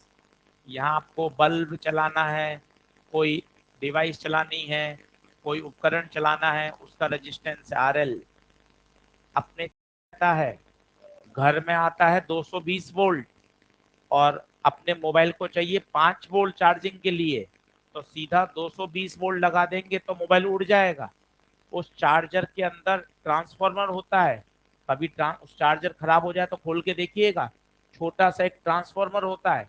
वो ट्रांसफार्मर क्या करता है? वोल्टेज को कम करता है, डाउन करता है। कौन सा ट्रांसफार्मर है वो? Step down. वोल्टेज को बढ़ाएगा तो स्टेप अप, स्टेप डाउन। एक एक टर्म समझिए। E1, E1 EMF in primary coil, E2 EMF in the secondary coil। इसमें जो करंट है वो I1 है, उसमें करंट I2 है। इसमें नंबर ऑफ टर्न्स N1, इसमें नंबर ऑफ टर्न्स N2। 1 1 1 मतलब प्राइमरी, 2 2 2 सेकेंडरी। बहुत आसान टॉपिक है। अब फैराडे लॉ लगा के देखिए, E बराबर -N dφ/dt। सोचिए प्राइमरी के लिए लगा रहे हैं E1 N1, सेकेंडरी लगाइए E2 N2 dφ/dt। हम ऐसा मान के चल रहे हैं आइडियल ट्रांसफार्मर है। आशीष सर, आइडियल का मतलब क्या होता है? आइडियल का मतलब किसी भी तरह का फ्लक्स में कोई लिंकेज लॉस नहीं हो रहा। तो बताइए, डिवाइड करेंगे तो उत्तर आएगा E1/E2 बराबर N1/N2। ये कहलाती है ट्रांसफॉर्मर इक्वेशन। क्या बोलते हैं इसे? Transformer equation. अगर आइडियल ट्रांसफॉर्मर है तो पावर में लॉस भी नहीं होगा, no power loss. No power loss उसे बोलते हैं आइडियल ट्रांसफॉर्मर। पावर लॉस होता है, सोचो क्यों होगा पावर लॉस? करंट फ्लो हो रही है, कॉपर वाइंडिंग है, आई स्क्वायर आर टी का लॉस होगा। अब अगर हम आइडियल मानेंगे, इसका मतलब इनपुट पावर बराबर output power. Power current electricity याद करिए, product of voltage into current. पर ये तभी लगाइएगा जब ट्रांसफॉर्मर कैसा हो? आइडियल।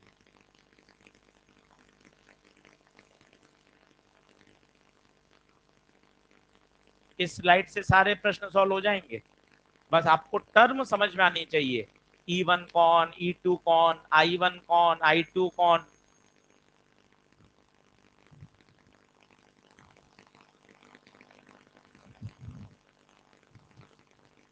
टर्म समझिए और थोड़ा सा थॉट प्रोसेस लाइए।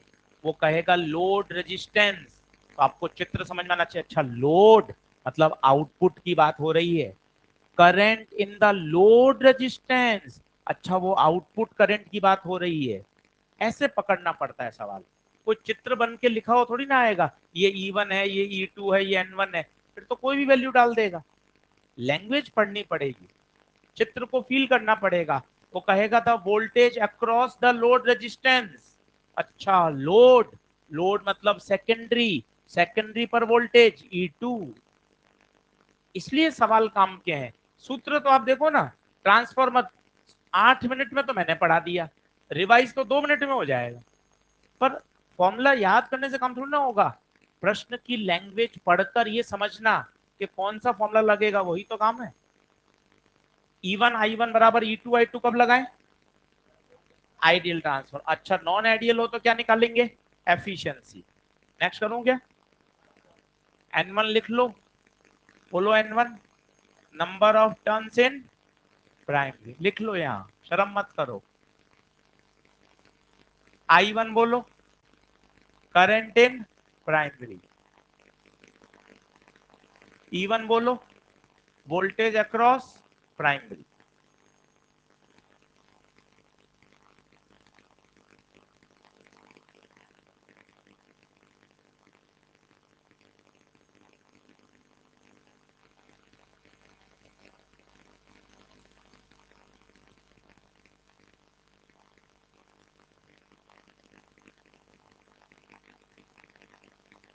स्टेप अप क्या होता है? स्टेप अप जिसमें वोल्टेज बढ़ जाए, तो सोचो स्टेप अप में E1 बड़ा होगा या E2? स्टेप अप वोल्टेज को बढ़ाना, E2 बड़ा होगा। स्टेप डाउन E2 छोटा होगा। वोल्टेज कम करना, जो अपने चार्जर में लगा रहता है वो स्टेप डाउन है। घर पे 220 वोल्ट आता है डोमेस्टिक सप्लाई, तो 220 से घटा के सीधा 5 वोल्ट कर देता है कट, तो स्टेप डाउन है। एडेप्टर जिसे बोलते हैं, उसके अंदर यही होता है, स्टेप डाउन ट्रांसफॉर्मर। सोचिए अगर आइडियल नहीं हो तो क्या होगा? तब क्या डिफाइन करेंगे? एफिशिएंसी। एफिशिएंसी कैसे निकालते हैं? Output upon input. ये तो कब है इनपुट बराबर आउटपुट? कब? जब किसी भी तरह का कोई पावर लॉस, ऐसा संभव ही नहीं है पावर लॉस ना हो, क्योंकि कॉपर वाइंडिंग लॉस होता है, हिस्टेरिस लॉस होता है, इसलिए कभी भी कोई ट्रांसफॉर्म आइडियल नहीं होता। लिखा हुआ तो अलग बात है। तो बताइए अब क्या डिफाइन करेंगे? एफिशिएंसी। एफिशिएंसी बताइए क्या होगा? Output upon input. Output upon input, output power upon input power. Output power E2 I2। दिमाग में बैठा लो, आउटपुट मतलब 2 आएगा, इनपुट मतलब 1 आएगा। पावर, पावर याद रखिए हमेशा क्या होती है? Voltage into current. एक करंट इलेक्ट्रिसिटी से लिया है तो कोने में लिख दिया, ताकि धीरे धीरे याद कर लोगे। पावर E इंटू आई, आउटपुट, आउटपुट का मतलब ही क्या होता है सेकेंडरी में, टर्मिनोलॉजी को पकड़िए, वही काम का है। इनपुट का मतलब होता है प्राइमरी। जैसी तेरे शब्द चमके प्राइमरी, तो तुरंत बोल जाओ प्राइमरी, तो number of turns N1, current I1, EMF E1, power P1, ऐसे चमकना चाहिए। जैसे ही बोले सेकेंडरी, आउटपुट, लोड, इसका मतलब secondary N2, I2, E2, P2, ऐसे ध्यान रखोगे तो पढ़ने में मजा आ जाएगा, प्रश्न खटाखट सॉल्व होंगे।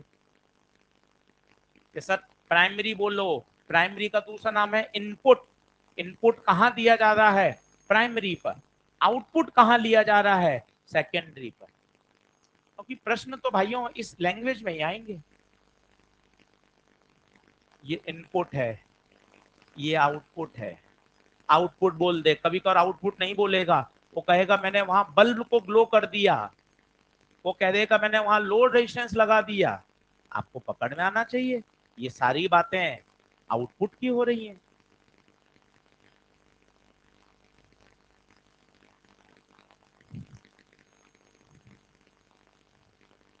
अब इनपुट आउटपुट की थोड़ी फीलिंग लाओ। जैसे चार्जर, ठीक है, तो चार्जर आपने इस प्लग में डाला, तो चार्जर के लिए इनपुट कौन हुआ, ये घर पे आने वाली 220 वोल्ट सप्लाई, वो हो गई इन। उस चार्जर ने काम किया, और जो लीड में से वोल्टेज आएगा वो आउटपुट है। वो आउटपुट आपके मोबाइल का इनपुट है। आउटपुट इनपुट समझ रहे हो? जैसे कोई उपकरण, जैसे मैं चार्जर हूं, ये आपने पिन डाली इसमें सप्लाई में, तो ये इनपुट है, और मेरे यहां से जो आउटपुट निकलेगा 5 वोल्ट, वो क्या है आउटपुट। इस चार्जर के आउटपुट को आपने किस में डाल दिया मोबाइल में, तो वो मोबाइल का क्या हो गया इनपुट हो गया। क्या बात क्लियर है? चलो करूं, नेक्स्ट करूं क्या? कुछ क्वेश्चंस करके देखें इस पर, फॉर्मूले देख लो। ये कब लगेगा नॉन आइडियल, कब लगाएंगे इसको नॉन आइडियल। अच्छा ये वाला कब लगाएंगे E1/E2 बराबर N1/N2, ये हमेशा लगेगा, इसमें किसी भी तरह का कोई दिक्कत नहीं। E1/E2 बराबर N1, इसे बोलते हैं ट्रांसफॉर्मर इक्वेशन। क्या बोलते हैं? Transformer equation.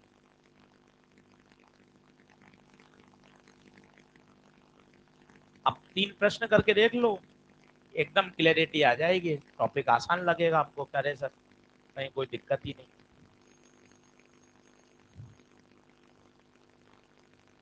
तो ये ट्रांसफॉर्मर की फोटो है, देख लीजिए।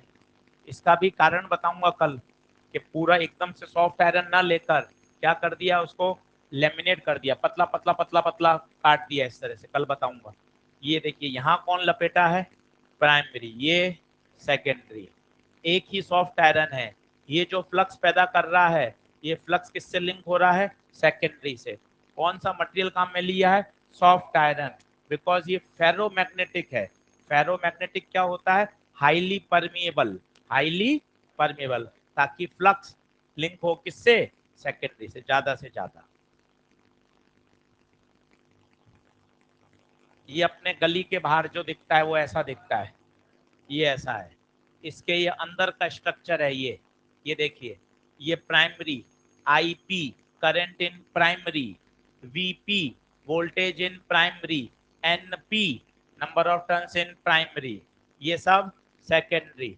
सेकेंडरी से आउटपुट लिया जा रहा है, और क्या जलाया जा रहा है बल्ब। यहाँ देखिए क्या लगाया है एसी। अगर एसी नहीं लगाएंगे तो डीसी में काम खत्म हो जाएगा। एसी से क्या फायदा, इसमें करंट में मैग्नीट्यूड चेंज हो रहा है, फ्लक्स फ्लक्स चेंज होगा, तभी तो फैराडे लॉ आएगा। क्लियरिटी आती है ऐसा देखने से कि हाँ अच्छा इस तरह का सिस्टम है। अब क्वेश्चन करेंगे तो पूरी बात समझ में आ जाएगी।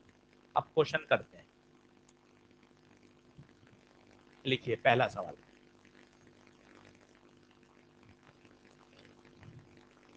3 सवाल कर लीजिए, 3 में तो यहाँ आर पार हो जाओगे ट्रांसफॉर्मर में, कहीं दिक्कत ही नहीं आएगी।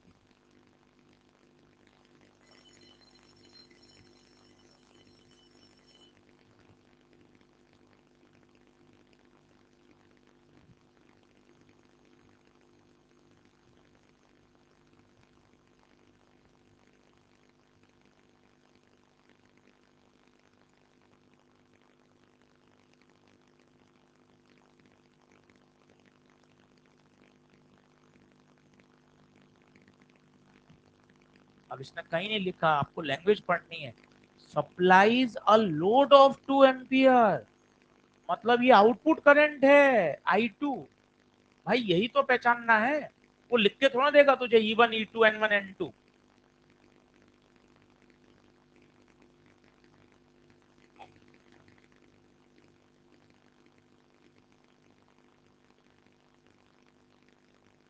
Transformer operate on 220 volt line, मतलब इतना वोल्टेज आ रहा है उस पे। तो ये कौन है?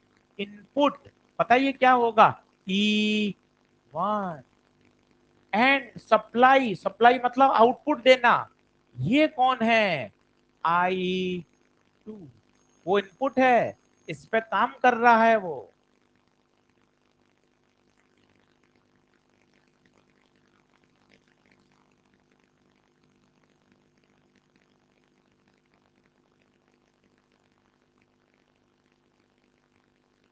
कितना उत्तर?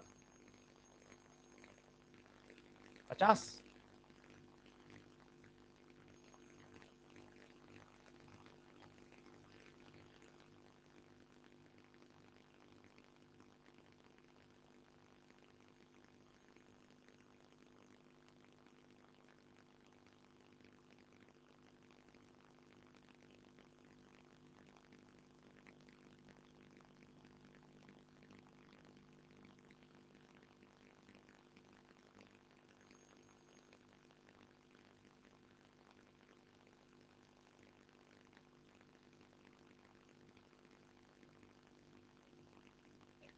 कितना उत्तर? भाई का उत्तर ही नहीं आ रहा, फंसा। ये भी फंसा पड़ा था पास, ये भी देख, इसे पूछ, इसका भी नहीं आ रहा।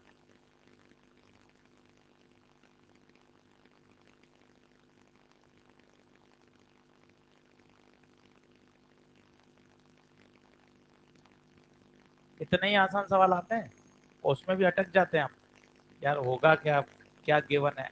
परीक्षा में बहुत छोटी छोटी चीजें आती हैं भाइयों, रॉकेट साइंस नहीं आता। आप देखो पूरा ट्रांसफर भी पढ़ा है, तब भी सवाल नहीं अटक रहा, रे क्या होगा क्या होगा, जैसे कुछ 6 महीने पहले पढ़ाया हो। देखो आप, रेशियो ऑफ वाइंडिंग क्या दे रखा है बताओ? N1/N2, 1/25। फिर याद करिए ट्रांसफॉर्मर इक्वेशन, E1/E2 बराबर N1/N2। E1 230, E2 पता नहीं, N1/N2 एक बार। तो E2 कितना? 230 इंटू 25 वोल्ट। पर E2 नहीं पूछा, क्या पूछा है? I1। कुछ नहीं दे रखा होता है तो हम आइडियल मानते हैं, कुछ नहीं दे रखा हो तो क्या मानते हैं? आइडियल। तो E1 I1 बराबर E2 I2। E1 बताओ 230, I1 पूछा है E2 230 इंटू 25, I2 2, 230 ने 230 को मारा, I1। अच्छा, फुल फॉर्मूला बेस है, पर फिर भी अटकने का कारण क्या है? प्रश्न की लैंग्वेज से ये पता करना कि कौन E1 है कौन I2 है। ट्रांसफॉर्मर ऑपरेट 220 वोल्ट लाइन पर काम करता है, तो 230 वोल्ट उसको क्या दोगे आप? इनपुट। और सप्लाई, सप्लाई का मतलब आउटपुट देना। देना, देना कहां होता है? Output across secondary. ये लैंग्वेज ही गड़बड़ होती है, वो ही काम की है। लैंग्वेज पढ़ लोगे तो काम हो जाएगा। पहले इस साल का ही कर लो, 2023 का, इस साल का ही कर लो, थोड़ा आइडिया लग जाएगा कि इतने आसान आसान सवाल आते हैं।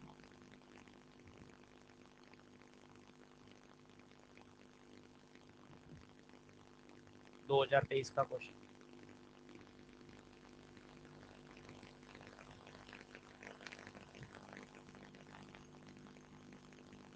थोड़ी मेहनत दबाओ इसमें, इलेक्ट्रोडायनेमिक्स में क्वेश्चन करो, क्योंकि भैया 20 सवाल हैं, चार चार पांच पांच सवाल आते हैं चैप्टर में से।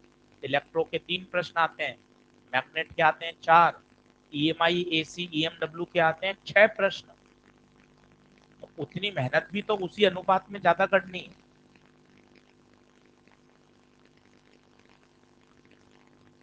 ये इस साल का सवाल है।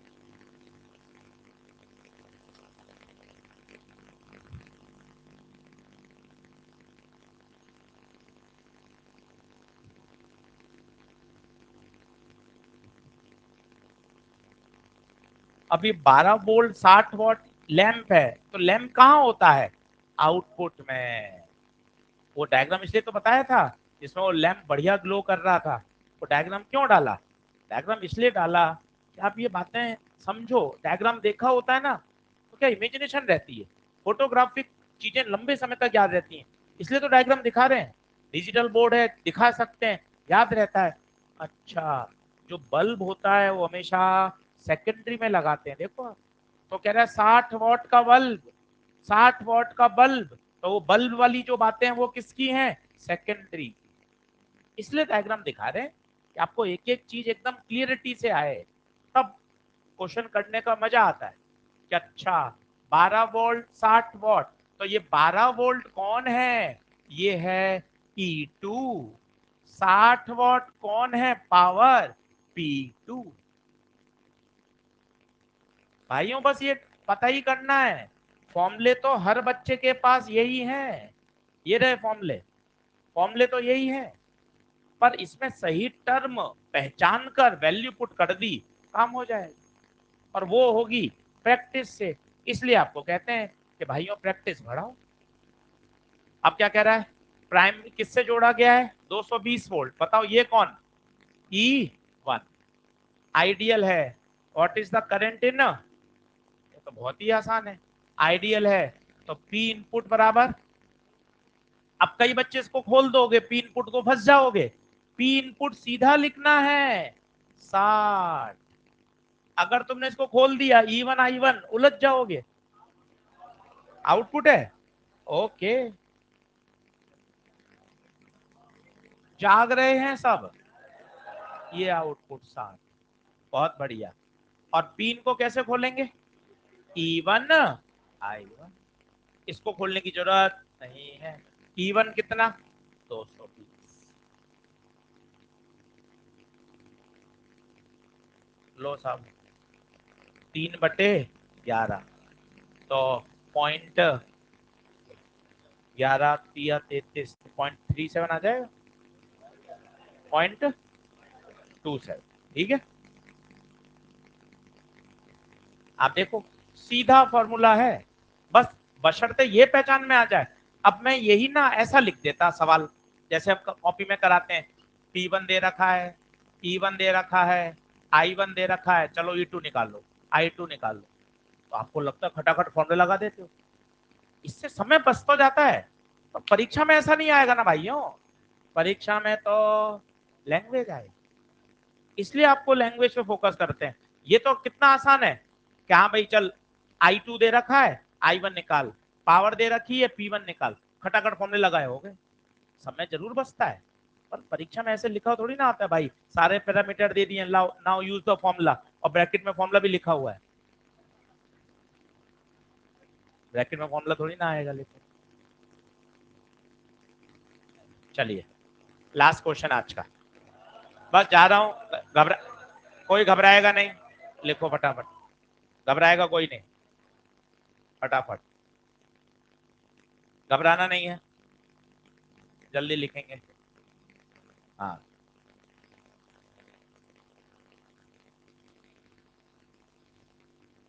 अब इसमें मैं बताऊंगा नहीं तो कौन इनपुट है कौन आउटपुट है, दो प्रश्नों में बता दिया है। अपने आप देखिए,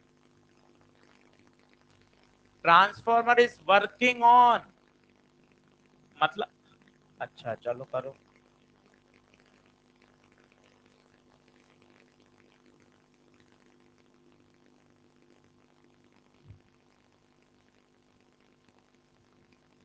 सप्लाई, सप्लाई शब्द में ही मजा है। सप्लाई कहाँ लगाते हो? इनपुट में।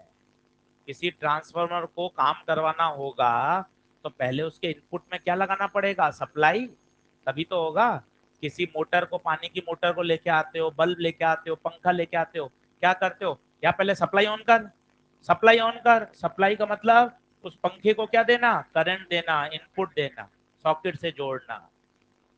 शब्दों से खेलिए। सप्लाई, अच्छा सप्लाई शब्द ने सारा खेल तमाम कर दिया, वो इनपुट है।